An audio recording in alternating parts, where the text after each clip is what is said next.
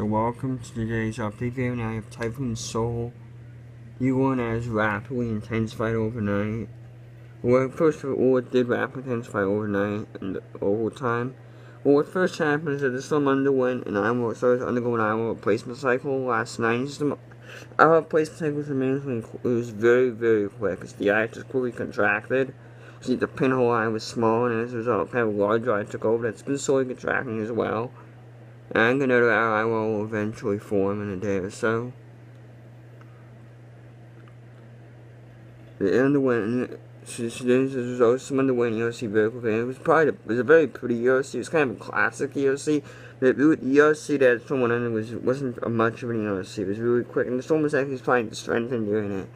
During at least the second half of the ERC, which is somewhat only really observed behind us. So this is probably going to go down as the greatest and most smooth ERC of all time.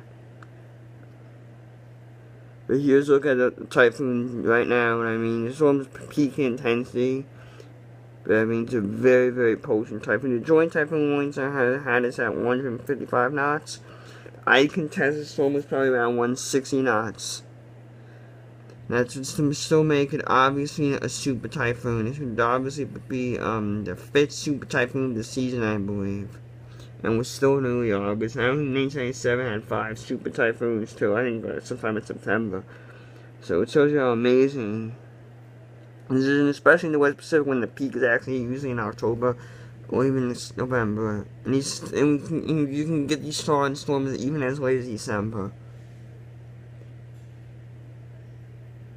You can see it's kind of got that very buzzsaw, very, very well organized, very warm line. Yeah, it was as warm as 18 C at one point. I mean, this system was, it's not, right now it's around T7.0, but earlier the storm was probably around T7.5. The system had a cold, this is the cold medium gray, this rain was much bigger. And then there was this partial cold dark gray rain, even a complete cold dark gray rain for a while. It never really got to complete itself, probably because of either another carrying slightly lower oceanic heat content and slightly cooler waters, and these West Pacific waters aren't as stable, so you get a little bit more surface mixing, so that can create some upwelling. Obviously not the upwelling you see in Blanca, or when we saw Blanca or Carlos, but you see, it's enough to at least warm the cloud tops and be ran from a system like this from topping the 4 scale, which the system for a while was relatively close to doing. So, overall, this is something very impressive. Especially, the most impressive is how quickly this happened. It's pretty much went from like a mid-grade Cat 4 to like an upper-end Cat 5 in a few hours. I mean, think about how fast storms intensify. This was still a tropical storm 2 days ago. And during that same time, it had underwent ERC. That's just amazing. This is really, really classic. Because we went from a pinhole storm, like a pinhole scene type, like a pinhole Wilma scene type, to almost a little bit of an annular stable scene type. I wouldn't say it's fully annular, but you can see a few quasi-annular looks. You can see there's a little bit of rain bands. The annular look is a little bit different. They usually have a little bit warmer cloud tops, but usually, yeah, it's just a little bit different. So, if you want to look at an annular storm, look at either Isabel, Iselle, or Daniel. Those are probably the 3 best annular storms I can think of off the top of my head. Julio, too, but point is, though, this is something pretty amazing.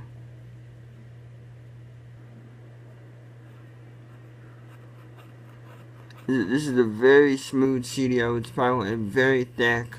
Was thicker at its peak, and boy, this is something that's not going to fade right away. This is what. Keep in mind, this is in August. As I said, this is really amazing. Now take a look at the hammer eye disk image. You can see the eye temperature is probably still around 15 C. It's probably around, you can see the cloud tops have warmed like around 5 C or so, from around minus 81 on average to around minus 76 C on average. I mean, that speculated data is backed up by CMIS. I mean, the system's no Haiyan. Haiyan had this big, cold, dark gray rain, but aside from that, it's pretty pretty close if you ask me. Probably very comparable with the Hackput and Von Fawn last year. I mean, I can go these systems go around 160, while Nuri was probably around 155, and so was Pam. Maysak was probably around 145. Noel, Dolphin, and Anka were all probably around 140 knots. So here's a look at the visual. Here's a look at the moonlight image. This was early this morning. You can see, wow, really nice output channels from both. You can probably see on camera, but that really nice outward channels right over here and right over there. And it really has kind of created some very nice breathing and very nice ventilation within this Typhoon. So here's a slight old floater. This is like one of the first full sunlit visible images. You can see that stadium effect here that you see in very intense Typhoons. You just look at the radar imagery, because it looks like it turns out it was a 939 millibar observation on Saipan, which, if correct, if the 939 millibar observation on Saipan is correct, and I assume I've heard some unofficial reports of very high wind gusts up to 200 miles per hour. So that would, suggest an intensity of about 120, with some undersampling, given the very small wind field, maybe 120, 125 knots. Probably a little bit higher than I thought it would be. Likely, since pinhole ice storms are probably underestimated by Dvorak as well. This system was probably around T5, T.6 at that time. So as a result, I think the system might have been a little stronger yesterday than I thought it would. Probably peaked at around 130, 135. I mean, I guess it could have been a Category 5 without recon. Even with this stat, I don't feel comfortable saying that.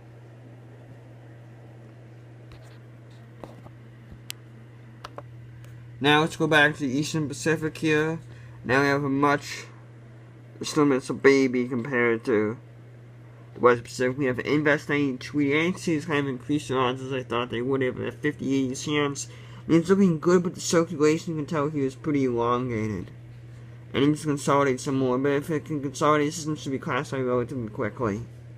I mean, it's in a good environment right now, and the models aren't too aggressive on it, but I do definitely think this is going to be a formidable and at least nice looking tropical storm. I don't think it'll become a strong hurricane. This is probably one of those up and down storms that the models don't have a good grip on. We've had quite a lot of these complex little systems, because a lot of this deconvection came from the presence of an upper level low, and you can see the wind shear with the storm is very favorable for the next 5 days. So I don't think there's no excuse.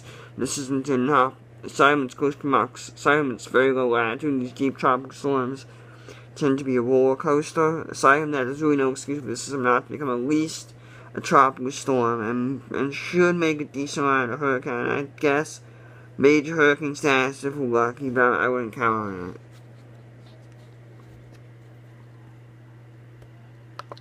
You can see here the wind shear is pretty favorable overall, and likely there'll be some moderate wind shear, but nothing significant. It's not compared to what Guillermo is going to. That's going to close to around 20 knots of wind shear, like I had to a significantly higher shear. Because Guillermo is weakened to a tropical storm. The hurricane has a couple flights now have found no areas of hurricane force winds, and the CPC eventually finally gave up and they declared this as a tropical storm. Honestly, base value, the storm looks about 45, 50 knots. Constant data does suggest it's still around 55 knots. I will believe the ground truth. I mean, the CPC has made a huge mistake by clinging to the current antibiotics, which you're not supposed to do. ANC research, and I believe about 20 years ago was an ANC report. Like, just when the last active Atlantic year was beginning to kind of confirm that you're really not supposed to do that. But boy, they did it anyway. And here's a close-up view on Guillermo. You can see the models have shifted away from a Hawaii landfall now. They're kind of bringing to the north. But they also still kind of more of a north-northwesterly movement. I don't think the storm's going to do that yet. I don't think the storm's going to do that. It's got a lot of banding, so I do think there's some left of this system. And the system looks okay, just a little bit elongated. So I do think there's definitely something left of Guillermo. I definitely think the system, but it kind of depends on track. If the system though goes to the north and the west, like some of the gold models are suggesting, that's probably starting out to feel a slight weakness up there. Then yes, This is probably pretty much an event, so from Hawaii, aside from some higher surface and maybe some sight rain bands. Just because there isn't much from the south and southwestern quadrants, this is passing through north of Hawaii. So the question lies in, can Hawaii catch another break? And a lot of these systems, and it's 17 systems since 1950, and it probably, I think it's about 12 or so since 18. And a lot of it used to happen very regularly. I mean, since the last 2 years there have been 3 systems passing within 100 miles of Hawaii. Then there was a 19-year gap, and then there was systems practically every year. I think we may be entering that era again, but we'll see. But anyhow, that might be it. But Guillermo shouldn't be too much, but track shifts back. Whenever it's shifted to the right, so far the storm we've had GIF missions, so this might be a little bit different, but whatever the storm's so far shifted, the tracks have shifted to the right, they've shifted back to the left, and if anything, shifted a little bit further back to the left than they originally were. So Hawaii, while it's not completely out of the woods right now, if the current models hold, the system shouldn't be too much of a threat to the Hawaiian Islands.